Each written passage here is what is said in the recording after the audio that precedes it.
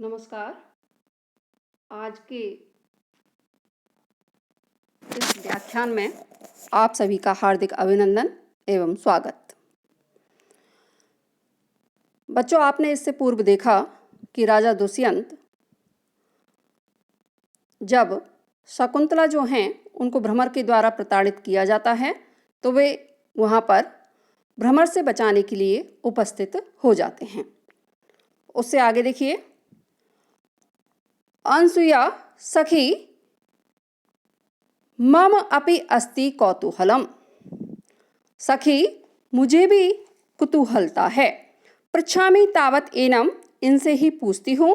प्रकाशम, प्रकट में। आर्यस्य मधुर आलाप जनितो विश्रम्भो माम मंत्र्यते, कतम आर्येण राजर्षि वंशो अलंक्रियते। आप किस राजर्षि वंश को अलंकृत करते हैं? आपका वार्तालाप मुझे यह पूछने के लिए प्रेरित कर रहा है। कथमो वा विरहम परिसुक जनाः कृतो देशः। आपने किस देश के लोगों को अपने विरह से व्याकुल किया है? किम निमित्तम वा सुकुमारतरो अपि तपोवन गमन परिश्रमस्य आत्मा पदम उपनीतः। अपने अति सुकुमार शरीर को इस तपोवन में आने के परिश्रम से युक्त किया है। शकुंतला आत्मगतम, स्वयं के मन में। हृदय मोत्ता में, हे हृदय आप घबराइए मत या धैर्य धारण कीजिए। त्वा चिंतिता अनि अनसुया मंत्रिते। तुम्हारे मन में जो चिंता थी या जो जिज्ञासा थी उसको यह अनसुया पूछ रही है। राजा आत्मगतम, स्वयं के मन में। कथम इदानीम आत्मनम निवेदयामि। क्या मैं इस समय अपने आप को प्रकट कर दूं? कथम बात्म अपहारम करोमि, अथवा मैं अपने आप को छुपाऊं? भवतु, ठीक है। एवं तावत एनाम बक्षे, तो मैं इनसे इस प्रकार से कहता हूँ। प्रकाशम, स्पष्ट में।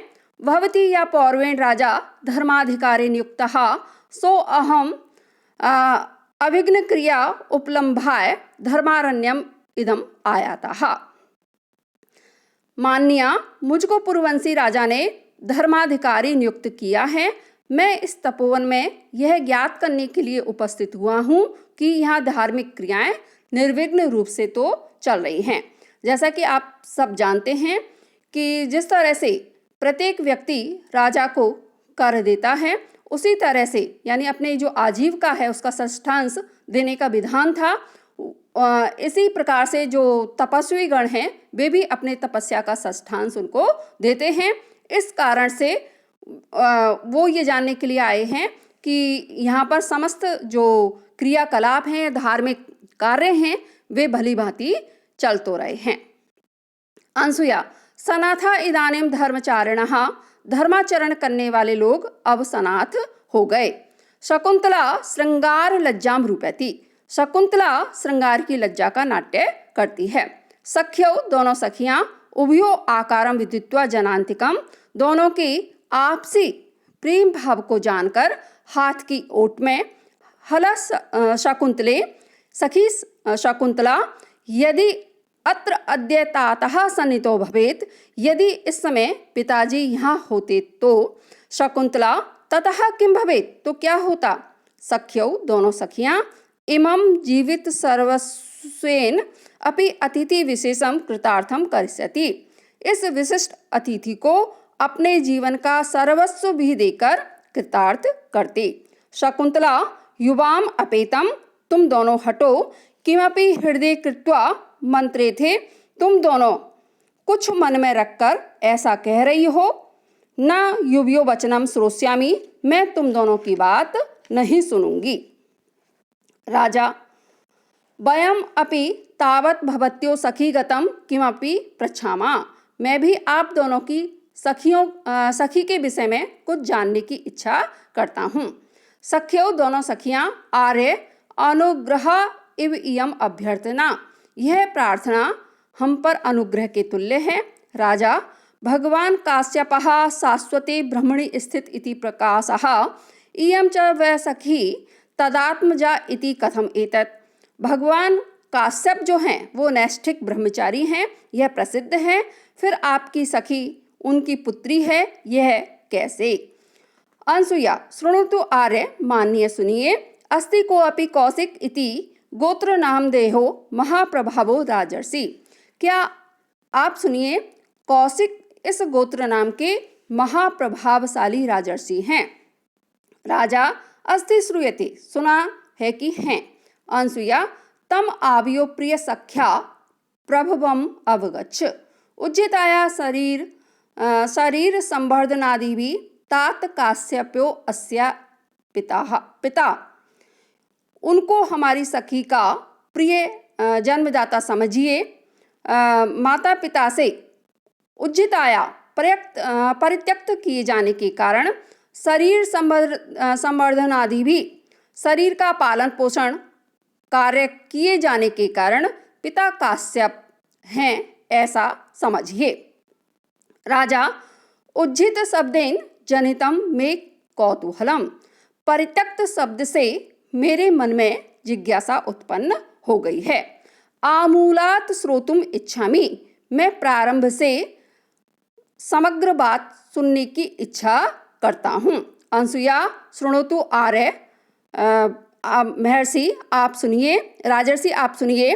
गौतमी तीरे पुरा किल तस्य राजर्षे उग्रे तपसि वर्तमानस्य किमपि जात संकै देवै मेनका नाम अप्सरा प्रेषिता नियम विघ्न कारणा।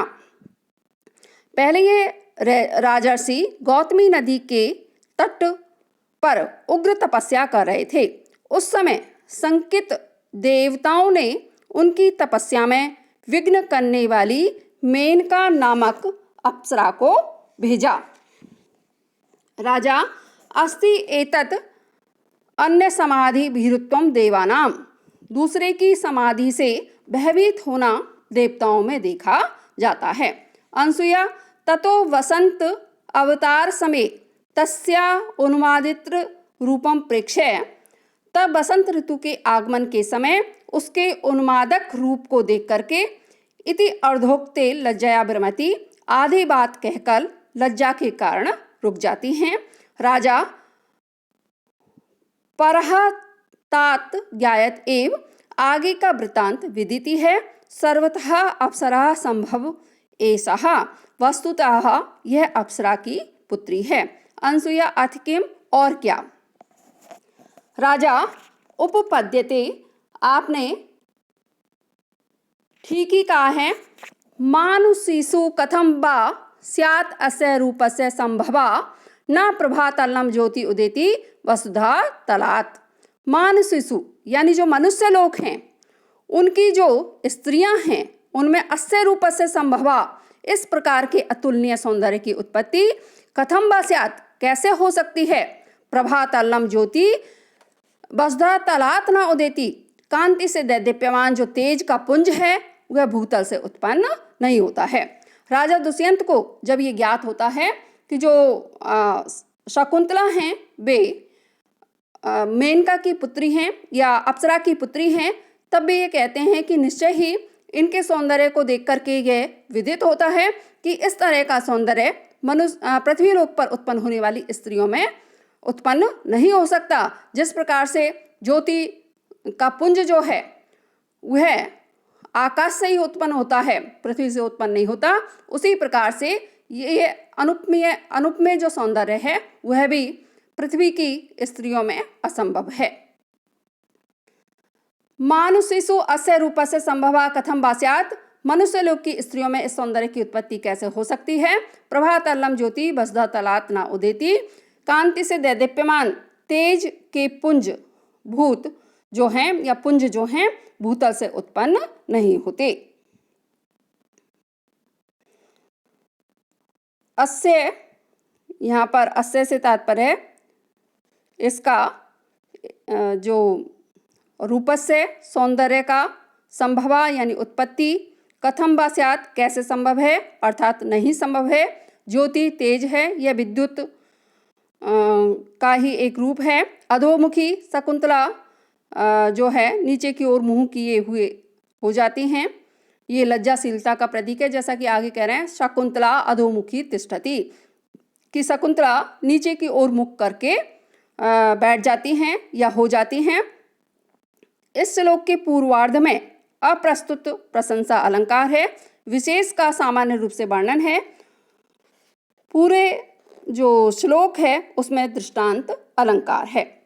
राजा आत्मगतम, स्वयं के मन में, लब्ध अवकाशो में मनोरथा, मेरे जो मन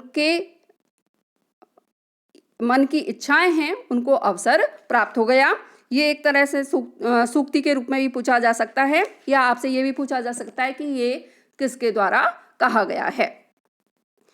किंतु सख्या परिहास उदाहृताम वर प्रार्थनम श्रुत्वा धृत द्वैध भाव कात्रम में मनाह।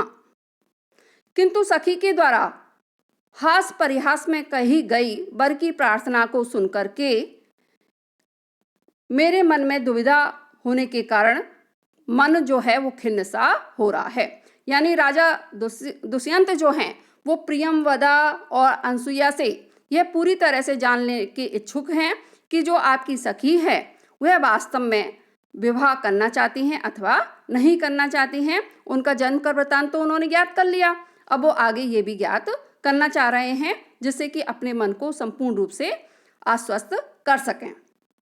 प्रियमदा सस्मितम, मुस्कुरा करके, विलोक्य देख करके, नायकाभिमुखी भूत्वा, नायक की ओर देख करके या राजा की ओर देख करके, पुनः भी वक्तुकाम एव आर्य, मानिए आप फिर कुछ कहना चाहते हैं। शकुंतला सखीम अंगुल्या तर्जती, शकुंतला सखी को अंगुली के माध्यम से धमकाती है, यानी रोकने का प्रयास करती है। राजा सम्यक उपलक्षितम भवत्या, आपके द्वारा ठीक समझा गया। अस्ति नः सच्चरित्र श्रवण लोभात अन्यत अपि प्रष्टव्यम, सच्चरित्र के सुनने के लोभ से मैं कुछ और भी आपसे जानने का इच्छुक हूँ। प्रियमदा अलम विचार्य, आप कुछ विचार ना करें। अनियंत्रण अनुयोगः तपस्वी जनो नाम, तपस्वी जनों से निसंकोच कोई भी प्रश्न पूछा जा सकता है। ये भी आपसे प्रश्न पत्र में पूछा जा सकता है कि ये किसके द्वारा और किस संदर्भ में कहा गया है। ये आप सब जानते हैं कि तपस्वी जो हैं वो कभी भी किसी समुदाय, जाति, धर्म आदि से जुड़े हुए नहीं होते हैं, इसलिए उनसे निसंकोच कोई भी व्यक्ति अपने मन की बात या मन में उठी हुई जिज्ञासा को समेत कर सकता है या पूछ सकता है। हाँ, आगे देखिए, राजा इति सखी ते ज्ञातुम इच्छामि, मैं तुम्हारी सखी के विषय में जानने का इच्छुक हूँ। इम्पोर्टेंट है, वैखानसम किम अनियाव्रतम आ प्रदानात् व्यापार रोधी मदनस्य निसेवितव्यम अत्यंतम एव सदृश ईक्षण बल्लभाभि आहो निवस्यति समम हरिणांगनाभि। किम अनिया, क्या इन मान्या के द्वारा मदनस्य व्यापार रोधी, काम भाव को रोकने वाले वैखानस अमृतम, जो वैखानस यानी तपस्वी जो व्रत है उसका अप्रदानात् यानी किसी के साथ विवाह करने पर्यंत तक ही निसेवितव्यम सेवन किया जाना है। आहो अथवा सदृश ईक्षण बलभाभी, जो प्रिय हिरणी हैं उनके समान नेत्रों वाली, इसके द्वारा हरिणांगनाभि जो हिरणियां हैं उनके समम साथ में अत्यंतम एव निवस्यति, यह हमेशा ही निवास किया जाना है।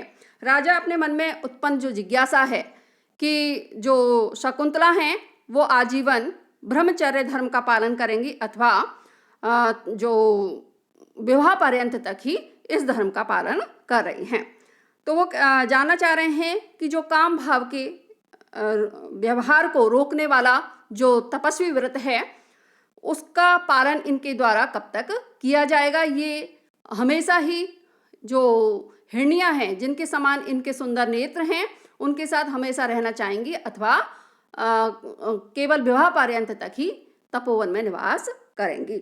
एक बार फिर से देखिए, किम अनिया मदनस्य व्यापारोधि, क्या इन माननीया के द्वारा मदनस्य व्यापारोधि काम के भाव को रोकने वाले वैखानस व्रतम, जो वैखानस या तपस्वी व्रत है या ब्रह्मचर्य व्रत जो है उसको अप्रदानात, किसी के साथ विवाह पर्यंत तक ही निसेवितव्यम, सेवन किया जाना है। आहो अथवा सदृश ईक्षण बलभावी, जो समान नेत्र होने के कारण प्रिय बलभावी यानी प्रिय जो हरिणांगनाभि हिरनियां हैं उनके साथ समम साथ में आहो निवस्यति, हमेशा ही निवास किया जाना है। इसमें टिप्पणियां देखिए। वैखानस, वैखानसम यानी वैखानस्य इदम वैखानस धन अर्थ, वैखानस अर्थात वानप्रस्थ या तपस्वी का, व्रतम यहाँ पर वैखानस व्रत का भाव ब्रह्मचर्य व्रत है। व्यापार रोधी, व्यापारम रोद्धुम शीलमस्य तत्, ताशील्य अर्थ में ऋणी, व्यापार धन रुद्ध धन ऋणी का इन शेष रहता है। यह नपुंसक लिंग प्रथमा एक वचन का रूप है। अप्रदानात, प्र का अर्थ प्रकृष्ट या उत्कृष्ट है। प्रदान अर्थात योग्यतम व्यक्ति, राजा आदि को विवाह पूर्वक देने तक। आ के कारण पंचमी विभक्ति यहाँ पर हुई है। अत्यंतम एव, सदा के लिए या हमेशा के लिए। सदृश ईक्षण बल्लभावी, सदृशाभ्याम ईक्षणाभ्याम बल्लभावी, यहाँ तत्पुरुष समास है। समान नेत्र होने के कारण प्रिय मृगियों के साथ निवस्यति रहेगी, नि धन वस धन लिट।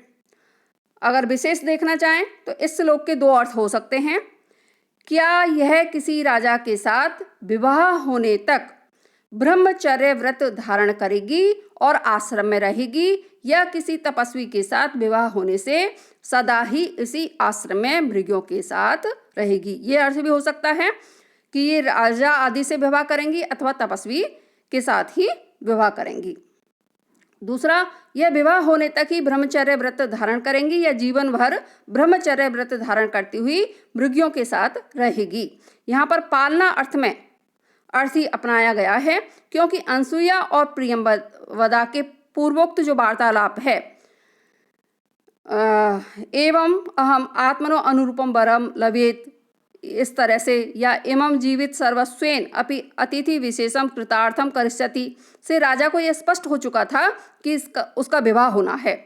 संदेह केवल यही हो सकता था कि उसका विवाह किसी क्षत्रिय राजा से होना है या किसी तपस्वी से।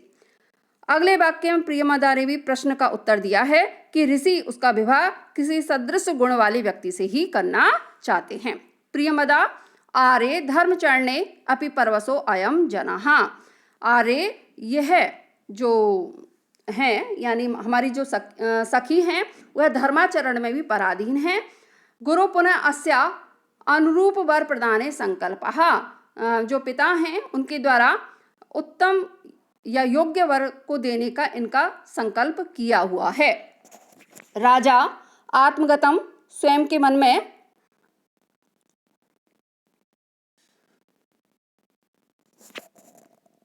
न दुर्वापेयम खलु प्रार्थना, आपकी जो प्रार्थना है वह दुर्वापनीय नहीं है, या मनोरथ जो है वह दुर्लभ नहीं है। शेष अगले व्याख्यान में। धन्यवाद।